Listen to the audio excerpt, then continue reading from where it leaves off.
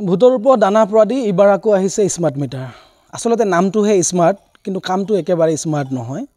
অসমৰ APDCL অসমৰ ৰাইজক এটা লুণ্ঠন চলোৱাৰ, দিন ডকাইতি চলোৱাৰ আচলতে এটা প্ৰক্ৰিয়া, সেইটোৰ নামেই দিয়া হৈছে স্মাৰ্ট মিটাৰ। আৰু যদি আপোনালোকৰ ঘৰত স্মাৰ্ট মিটাৰ লগোৱা আছে তেনেহ'লে আপুনি ভালকৈ চাব মিটাৰটো, তাত আদানী বুলি লিখা আছে। ইয়াৰ আচল কাহিনীটো হৈছে কি, গোটেই ভাৰতবৰ্ষৰ যিটো পাৱাৰ ছাপ্লাইৰ যিটো ঠিকা, সেইটো আচলতে লাহেকৈ চৰকাৰৰ পৰা আদানীৰ হাতলৈ গতাবলৈ চেষ্টা কৰা হৈছে। মোদী বন্ধু আদানীক কেনেকৈ ভাৰতবৰ্ষৰ জনসাধাৰণক লুটিব পাৰি, কেনেকৈ বিদ্যুতৰ এই যে ব্যাপক চাহিদা গোটেই ভাৰতবৰ্ষত, এই চাহিদাখিনি কেনেকৈ আদানীক ঠিকা কৰিবলৈ দিব পাৰি, যাৰ কাৰণে আচলতে এই যিটো স্মাৰ্ট মিটাৰ নাম দিয়া হৈছে, এইটোৰ প্ৰকৃত নামটো হৈছে আদানী মিটাৰ। আৰু এই আদানী মিটাৰটো লগাই কেনেকৈ জনসাধাৰণক লুটিব পাৰি, তাৰে চিন্তাত এতিয়া চৰকাৰ ব্যস্ত। চৰকাৰৰ যেন অন্য কাম নাই। আমাৰ ঘৰত ইতিমধ্যে স্মাৰ্ট মিটাৰ লগোৱাই আছে। যথেষ্ট আগৰ যিবিলাক মিটাৰ আছে, এইবিলাক মিটাৰেই ধুনীয়াকৈ চলি আছে, আমি অসমৰ ৰাইজে বিল দি আছোঁ। নতুনকৈ স্মাৰ্ট মিটাৰ লগোৱাৰ কাৰণটো কি?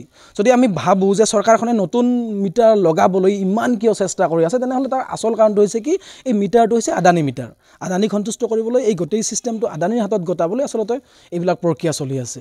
আৰু এই যে স্মাৰ্ট মিটাৰ, এই নামটো যে স্মাৰ্ট দিয়া হৈছে, আচলতে ইয়াৰ কামটো স্মাৰ্ট নহয়, এইটো দিন ডকাইতি এটা মিটাৰ। আৰু এই যে স্মাৰ্ট মিটাৰ নাম দিয়া হৈছে, এই নামটো যে দিয়া হৈছে এইকাৰণে, কাৰণ টেঙা আমক কেনেকৈ আপেল বুলি বিক্ৰী কৰিব পাৰি, আচলতে তাৰ নামটো হৈছে স্মাৰ্ট মিটাৰ। গতিকে স্মাৰ্ট মিটাৰে আমি জুৰুলা কুৰুলা খাইছোঁ। অসমৰ ৰাইজক আমাক স্মাৰ্ট মিটাৰ নালাগে, আমাৰ পুৰণি যিটো মিটাৰ আছে সেই মিটাৰটোৱে চলক। নহ'লে কি হ'ব, আমাৰ পকেটৰ যিমানখিনি সাঁচতীয়া ধন, এই সাঁচতীয়াখিনি গোটেই ধনখিনি আমি কিন্তু ইলেক্ট্ৰিচিটি বিল দিওঁতে যাব। আগতে যদি আমাৰ বিল আহিছিলে 250 টকা, 300 টকা বা হাইয়েষ্ট 500 টকা বিল আহিছিলে, এতিয়া প্ৰত্যেক মাহত 1500 টকা, 1200 টকা, 2000 টকালৈকে বিল আহে। গতিকে তেনেকুৱা ধৰণৰ বিল দিবলৈ আমাৰ অসমৰ যিখিনি জনসাধাৰণ, তেওঁলোকে অপৰাগ। আমি মধ্যবিত্ত শ্ৰেণীৰ কথা কোৱা নাই, মধ্যবিত্ত শ্ৰেণীটো আৰু বেছিকৈ মৰণ। তেওঁলোকে ল'ৰাৰ স্কুলৰ ফিজ দিব, নে তেওঁলোকে গাড়ীৰ EMI দিব, নে তেওঁলোকে গেছ কিনিব, নে তেওঁলোকে বিদ্যুৎ কিনিব। দুখীয়া শ্ৰেণীটো একেবাৰে মৰিয়ে গৈছে।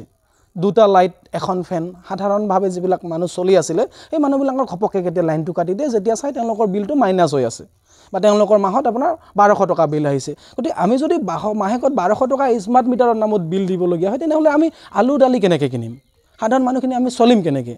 আমাৰ পুৰণি মিটাৰটো এনেকুৱা কি যোগাৰ লগালে যে আপোনাৰ আদানী মিটাৰ দিবলগীয়া হ'ল আমাক। গতিকে স্মাৰ্ট মিটাৰৰ যিটো কাৰবাৰ, এইটো বন্ধ কৰিব লাগে। আৰু স্মাৰ্ট মিটাৰৰ কাম বন্ধ নকৰিলে আমাৰ অসমৰ জনসাধাৰণে কিন্তু আমি বেলেগকৈ চিন্তা কৰিবলৈ বাধ্য হ'ম। গতিকে সেয়ে মহাপুৰুষসকল, আপোনালোকৰ এই পবিত্ৰ ভাদ মাহত আপোনালোকক আমি কৰজোৰে অনুৰোধ জনাইছোঁ, আপোনালোকে স্মাৰ্ট মিটাৰৰ ভেকভাওনাখন বন্ধ কৰক। ধন্যবাদ।